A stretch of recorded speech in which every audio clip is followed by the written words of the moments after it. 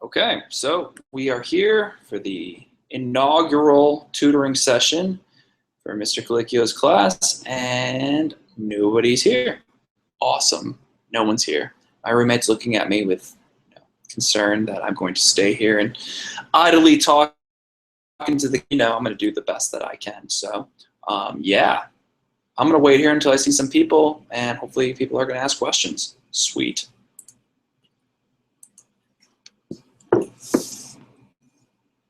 For the inaugural tutoring session. That's me repeating myself, apparently. Cool. All right. But it works. I'm live on YouTube. Still no viewers. This is concerning. Very concerned.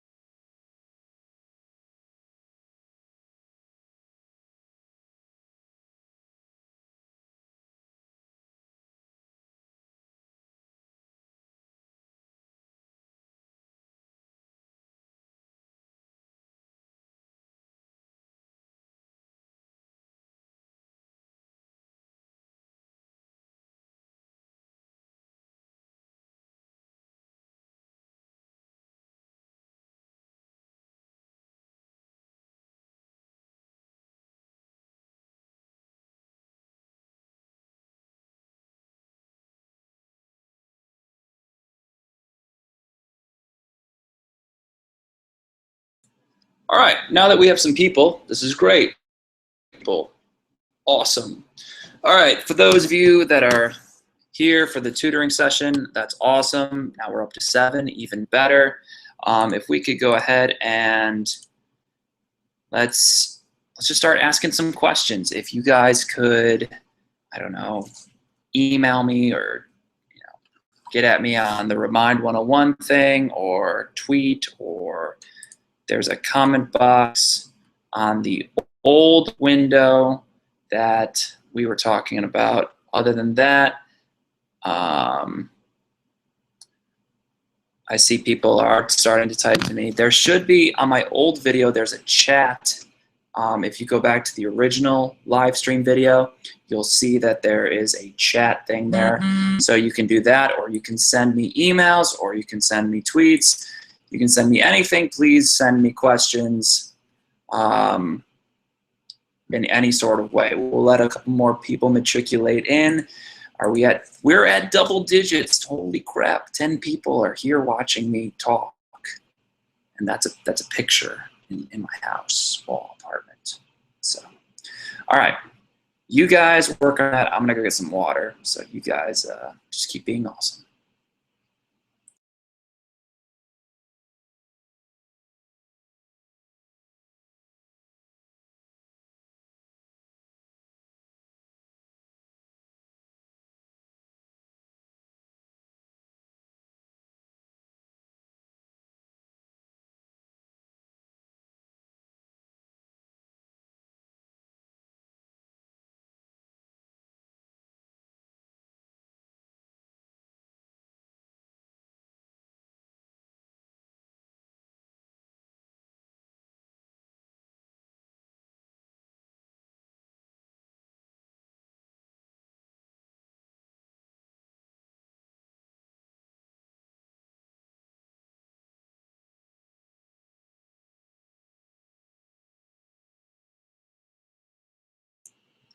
Okay, so let's see if we've had any. James Oglethorpe. All right, that's a good question. James Oglethorpe. Well, we really haven't talked about him. He's the guy who kind of founded the colony of Georgia, but we haven't really talked about him, so I really wouldn't worry about him for the quiz per se tomorrow. Remember, the quiz is pretty much on anything that we've learned on the left side of the of the vocab. So if you look on the left side of the vocab and you go, I don't think we've talked about this, it's probably not going to be on the quiz. Pretty much Native American stuff, explorers, exploration, and New England colonies, Jamestown, and Roanoke. So any words that kind of go through that. So thank you, Wes, for asking that question. All right, let's see, what else do we have here? Any other questions? Remember, if you don't know where to go, the old video that I was posting, if you go back to the old video that doesn't have anything playing, it just says live stream is starting here, you can send questions there, and therefore it'll be there. So yeah, let me see if I can, I don't know if I can put anything up there. Let's see what I can do. Play with the sidebar over here. Screen share. Ooh, that's actually a bad idea. So if you guys look at my screen, it'll say, here's Wes. Wes typed me a question. Notice how the video is the old one, okay? We're not looking at the old one. We're looking, this is obviously me, and now I'm going into video inception.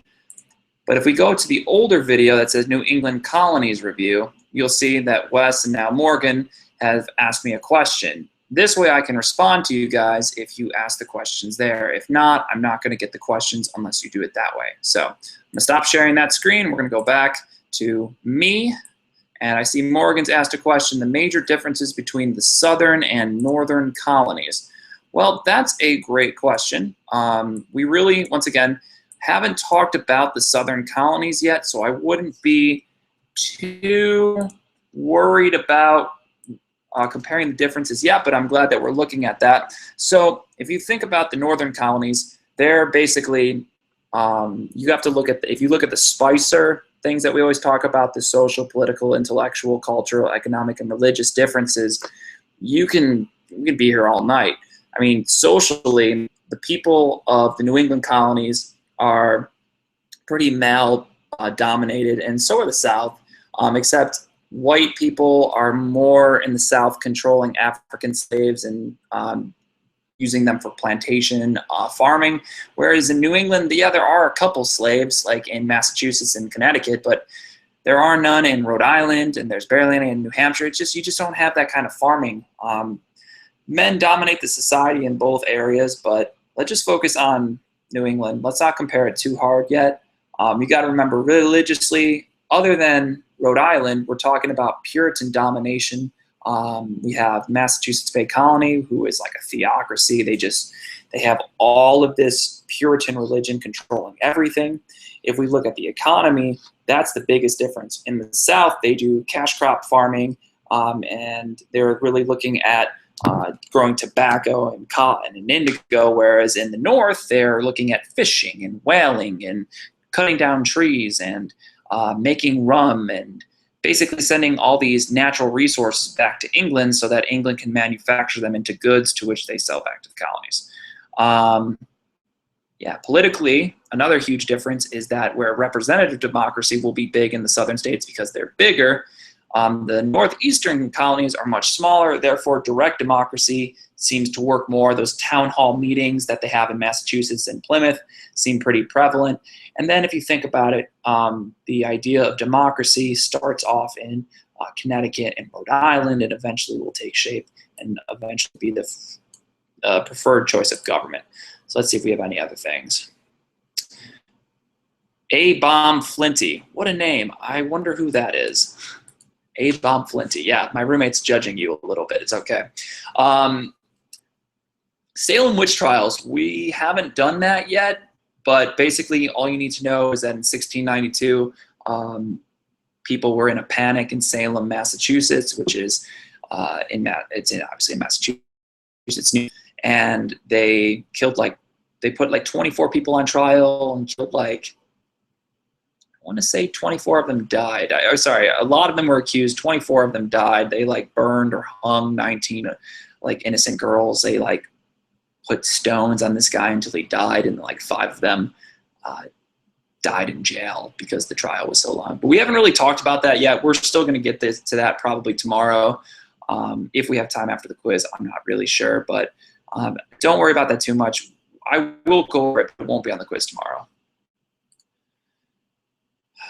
Metacom was that guy who was nicknamed King Philip. Yes, yes, he was. And if you haven't watched that video that I posted on the website for King Philip's War, please watch it. For those of you that didn't get a chance to watch the King Philip's War video, or we didn't get a chance to talk about it in class, basically, in New England, we have Metacom, who is the son of this Wampanoag tribe son, who the dad was like the guy who helped out the colonists, and then when he died, like 40 years later, after helping out the colonists, his son was just like, I'm not going to be the same way that my dad was. In fact, I'm going to be the complete opposite, and I'm just going to go off on this killing spree with a bunch of other Native American tribes that we've gotten together, and we're going to start attacking the colonists. There's just a couple problems with his idea. Number one, he's significantly outnumbered. There's like 50,000 colonists and like 10,000 Native Americans. So at most, he's outnumbered 5 to 1, which is great if you have the technological advantage, which they don't. They don't have guns, which is the second reason why his plan is terrible. The colonists are able to win because they're able to use guns, and they're able to just defeat the Native Americans with ease because they have the technological advantage and the personnel advantage. So at the end of the day, like, I think the Native Americans win like a couple early battles, but like the colonists just like wipe the floor with Native Americans. It's a huge bloody battle throughout the entire thing. And to be honest, I'm pretty sure that war was over within like a year and a half. And it ended up with Metacom being killed in battle, and then they like completely ravaged his body. Like, straight worse than Benito Mussolini in World War II. Like, they beheaded him. They put his head on a pike, which is like a long spear, and like put it outside a village for like 20 years. Then they took his body, which is already headless, mind you, tied a horse to each of his limbs, slapped him on the butt, and they ran in 4 different directions. And that's like some Mortal Kombat 10 fatality that like was actually, so pretty gruesome death for poor Metacom, but that was like the last Native American resistance in the Northeast for a while. They just stopped fighting. They were just like, we quit. White people win. Okay. You mentioned Anne Hutchinson in class, but the bell rang, the details. Okay, so Kate, that's a great question. Anne Hutchinson, probably like the most important woman, the first important woman that we had in the modern day United States. Anne Hutchinson was a Massachusetts Bay colonist. She was a Puritan. She basically wanted more rights for women in the household, and because they had none, because men dominated everything. And she wanted the ability to be able to have more political power, which, once again, she didn't have, or when some women didn't have. So when she started to speak up for women, the governor at the time, who was John Winthrop was having none of that because he was a conservative and just gave zero you-know-whats about what women thought, and exiled her and her family from Massachusetts Bay Colony. And she ended up going to Long Island, where she died 10 years later because Native Americans attacked. So yeah, unfortunately for her, she never got to see the amount of advancement that she had in her, but she was a very good role model for future strong women like Susan B. Anthony or Harriet Beecher Stowe and all those lovely women who did so much for this country. Okay. Jonathan Edwards. Are we talking about like Senator Jonathan Edwards or George Whitefield? I don't think we've talked about those people. Are they on the left side of the worksheet? I don't know if they are. Let me take a look, because I don't remember. Let's see. Protestant versus Calvinist, Congregational. He's okay. Jonathan Edwards, according to Google, which is a great website. You should totally go on there once in a while. Jonathan Edwards was just a philosopher, a preacher, a theologian. But we haven't gotten to him yet because we haven't done the 1700s. So don't really worry about him. He just, oh, you know what? Okay, I know what he did. He was in the Enlightenment he was all about the not the Enlightenment, the Great Awakening. We'll get to the Great Awakening next week, so don't worry about that. Don't worry about that. So, all right, let's see. What do we got next? Ooh, I closed out my window. That's a bummer. Let me see what we can do here.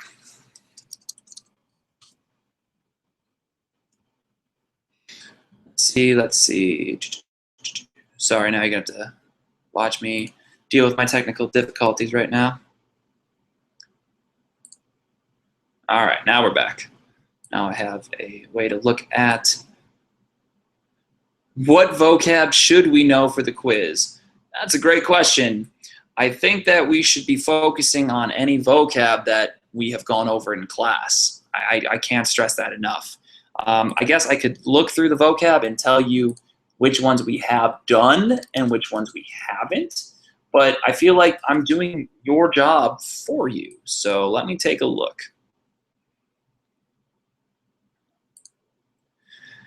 What vocab? Why not just ask, you know, what the answers are on the test, I swear. Okay, let me take a look.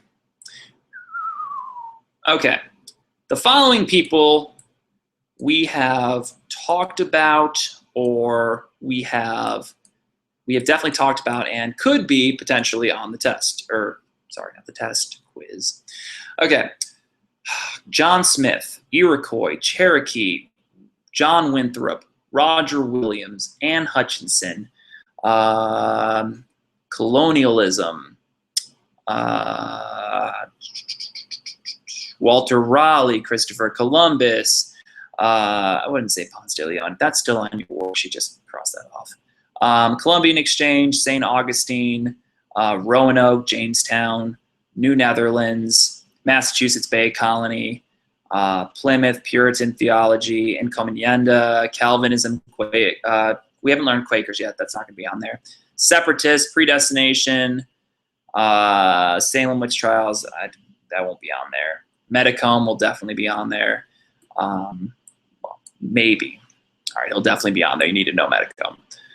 All right, so that's all the vocab you need to know. But seriously, left side, if it's on the left side, it's something you need to know. All right, JT wants to know about Calvinism. All right, yeah, Calvinism for sure is something you need to know. So let me draw you a picture. In the old days, like, I don't know, 10,000, that's way too old. When Christianity starts, there's one Christianity. And then it kind of splits into Eastern and Western Orthodoxy with the Great Schism. We're not going to talk about the Eastern. We're just going to talk about Western Christianity. And then Western Christianity splits during the Reformation around 1517 when Martin Luther, sorry, had a moment from fifth period the other day. Martin Luther nails the 95 Theses to the door of the church. And there, thusly, we have a split in Christianity. In Western Christianity, we have Catholicism, the Catholics, with the Pope. And then we have a new branch called Protestants. And then from Protestants, we have Lutherans, and Baptists, and Calvinists, and Presbyterians, and Anglicans, and all sorts of fun sects and denominations that I can't, obviously name all of them right now. But what I can tell you is that Calvinists believe in John Calvin's belief that there's this thing called predestination, and according to God, he knows where you're going, whether it's heaven or hell, before you're even born. So when you're born, your soul's already been predetermined where you're going, and there's nothing you can do to change that, which it kind of sucks if you think about it, because like you could be like the nicest guy ever and then go to hell because God has determined it. Anyways, Calvinism, that's what the Puritans believed in, and they believed that you should always do good works and have strong faith, and that's why they were always doing hard labor all the time, because they felt as though their time on earth was, it wasn't sacred. It was just that they were there to do their work. They were there to do God's work. So whenever they were not working, they felt as though they were wasting their own time. So you've got to think about when it comes down to when they get to the colonies, they're working nonstop. And for Plymouth, pretty much only to death. Okay, so let's go. Okay, that's Calvinism. Just know that. John Calvin, predestination. That's what the Puritans are. Oh, and before we jump ahead, you got to know that they're different. That they're different in terms of they're different in terms of. I lost my train of thought. Puritans. Oh, okay. So Puritans, they come here. They're fleeing the Church of England, who is the Church of England, who is the they're Catholic at the time during James I. So you have the Catholic English ruler of James I and Charles I, and then you have the Puritans who are like being persecuted. They're one of many Protestant live in peace in England, so that's why they leave and go to the New World. They're seeking religious freedom. So long story short, that's Protestant theology. Do we have to know about Jamestown? Yes, you have to know about Jamestown. You have to know that it was the first successful colony, and it was pretty much because of tobacco. If tobacco wasn't around, they weren't ever going to be successful. They probably would have fell just like Roanoke. They were in a swamp. The people who were originally there, the Jamestown, Virginia Company, led by John Smith, for 3 years, those guys suffered in like a hell on earth sort of situation where they're being picked off by Native Americans, the Powhatan Indians, and if Pocahontas doesn't like save John Smith, which we see in Pocahontas the movie, but like whether that happened in real life, we don't really know. But all we know is John Rolfe, who was like 24 years old when he came to the New World. He like steals some like tobacco seeds from the Spanish, and he starts planting them in Virginia. And because of the fertile soil, it grows and it grows and it grows. And tobacco is like worth millions of dollars in like the first year. So Jamestown already becomes like a huge success. Whereas Roanoke, we all know, becomes the lost colony, even though we know that they just went to a different island and assimilated with the Native Americans there. So, okay, Kate wants to know what the encomienda system is. That's a good question. Encomienda is a Spanish form of slavery where they just enslaved Native Americans, but then they realized that smallpox killed them faster than they could work. So unfortunately for them, there was no way that they were going to be alive to work in the encomienda system. So that system pretty much died off really quickly, mostly because all the natives died, which is kind of sad. So yeah. Okay, any more questions? So I don't see any new questions, but I see 14 to 15, now 13. Are you all just leaving me now? Come on now. Ask me questions. You guys got like 15, 20 more minutes with me, if that's what you want. I'll check the other things, see if there's anything else.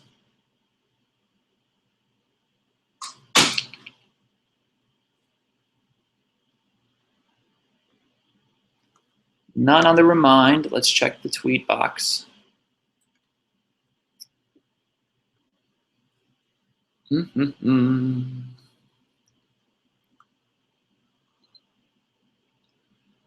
I have people follow me, so that's different. Oh, don't worry. This is grapefruit juice. I love me some citrus. All right. Guys, I'm not going to stay on here too much longer if we don't have any questions. This is meant for you to be asking me questions. If you have any questions about the New England colonies, for instance, Rhode Island, Connecticut, Massachusetts Bay, Plymouth, the difference between Plymouth and Massachusetts, which I hope we still understand because you do need to know that. What did Ponce de Leon do? All right, he's not important for us, but he discovered land west of the Mississippi, like Texas, Oklahoma, but he's not going to be on the test or the quiz. Don't worry about him. He's more of world history. Can I go over John Smith? I can go over John Smith. That's easy. So John Smith, he's the captain of the Virginia Company that lands in Jamestown in 1607. It took a lot of convincing for him and a bunch of other people to go, but they think that there's gold in Virginia. So they bring all their chemical sets to Virginia to find gold, but there's no gold on the East Coast, and so the people of the Virginia Company end up pretty much dying off slowly but surely until I think it's like 1/5 of the original people were like left by the time John Rolfe got there, which is like 30, 40 people, not a lot. So they were almost done before Rolfe came.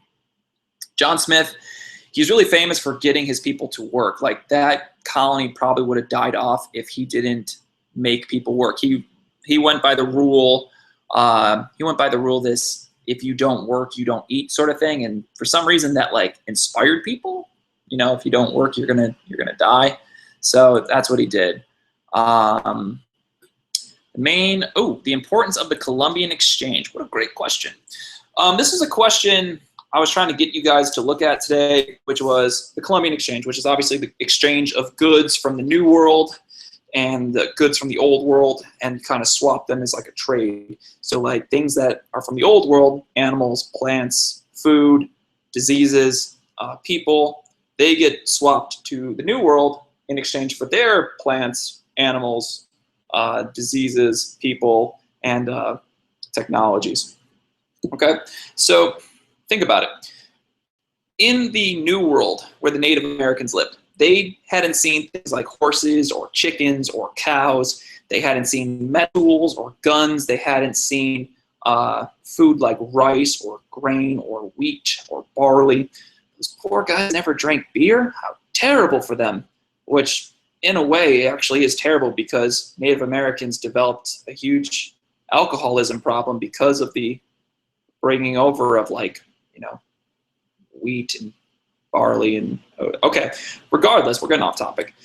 You got to think of the Columbian Exchange as more of a, what are the good things that happen? Well, people started eating better diets. You think about all the vegetables that are in the New World and all the fruits. And that goes to the Old World. You think about Ireland benefiting off the potato. Finally somebody could feed the Irish. You think about all the things that get spread out through Europe and through Africa and through Asia, all coming from the New World. So it's all these new cultural, awesome things happening. But then you have to think about the bad stuff, which is technology. Like now Native Americans have guns and are killing each other with guns. You also have to think of the disease. We talked about the John Green video where it's called an octessimation, where people are being killed by disease. Like 8 out of every 10 people die because of disease. That's incredibly sad that that many people died. I think it's like 90 to 95% of the original Native American population has been completely wiped out. Like that's almost like genocide numbers. Like I'm pretty sure that's close to genocide. Whether it's accidental or not, the diseases that happened, it was pretty bad. So Columbian Exchange can be seen as good. It can be seen as bad. It could be a future essay question. You'll have to figure that one out for yourself. All right. Main reason Connecticut was founded. Okay, so Thomas Hooker, he was a Puritan preacher, and he gets to Massachusetts Bay and he's like, yo, look at all these Puritans. Cool, I hated England anyways. Let's get here. And then he's like, so what kind of government do you guys like have here? And they're like, we have a theocracy. Our government and our church at Massachusetts Bay are like super tight. And he was like, ooh, no, none of that for me, thanks. I'm gonna leave. So he left to Connecticut, and in Connecticut he founded a colony based on a democratic form of government, but still pretty much Puritan. There was no really religious toleration there. They more practiced that in Rhode Island, which is, you have Connecticut, Little Rhode Island, and Massachusetts bordering that. So that's the difference between Connecticut and all them. Do you have to know what type of people who lived in Rhode Island, Connecticut, and Rhode Island, Connecticut, Massachusetts? Yeah, I would say you do, only for the fact that like you're gonna have to know that the most religiously tolerant people lived in Rhode Island. Like Roger Williams might not have agreed with everybody's religious choices, but he let them live with him and like let them live in Rhode Island and let them like become members of the government. Like that's huge. Like that's a huge thing at that time for that kind of religious toleration. Like,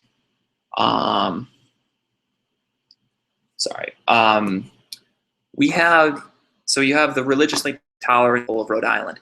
Connecticut, you got to know that those people did not get along with the Native Americans. We're talking Pequot War and King Philip's War comes almost, or sorry, Pequot War, where they like slaughtered and genocided the Pequot tribe. Those were the people from Connecticut. We're talking people that like stole the natives' land and then like traded unfairly so that they had an advantage over them. That's like pretty awful stuff to happen. And these poor Native Americans couldn't do anything about it. And then, of course, you have the people that are living in Massachusetts. And the people of Massachusetts are Puritans, and they left because they were being religiously persecuted. So when they get to Massachusetts, the ironic thing is that they just persecute everybody, and they don't let anybody live there that's not a Puritan. And they set all these crazy laws about things that you couldn't do, like you had to dress a specific way. Even at night, like you had to dress a specific way. Even if you were in your house in the dark, you had to wear a certain amount of clothing at all time. It was pretty strict. I did go over how tobacco saved Jamestown. Once again, tobacco, super profitable. They made like $1 million in the first year with tobacco because they grew so much, and England was addicted to smoking. So I guess you can say that smoking tobacco, you know, America was built on the back of cigarettes. Go USA. The difference between the Massachusetts Bay and Plymouth Colony. All right, that's a good question. Okay, Plymouth, 1620, founded by the Pilgrims. They came over on the Mayflower. Everyone almost died in that first winter, whether it was because of disease or cold weather.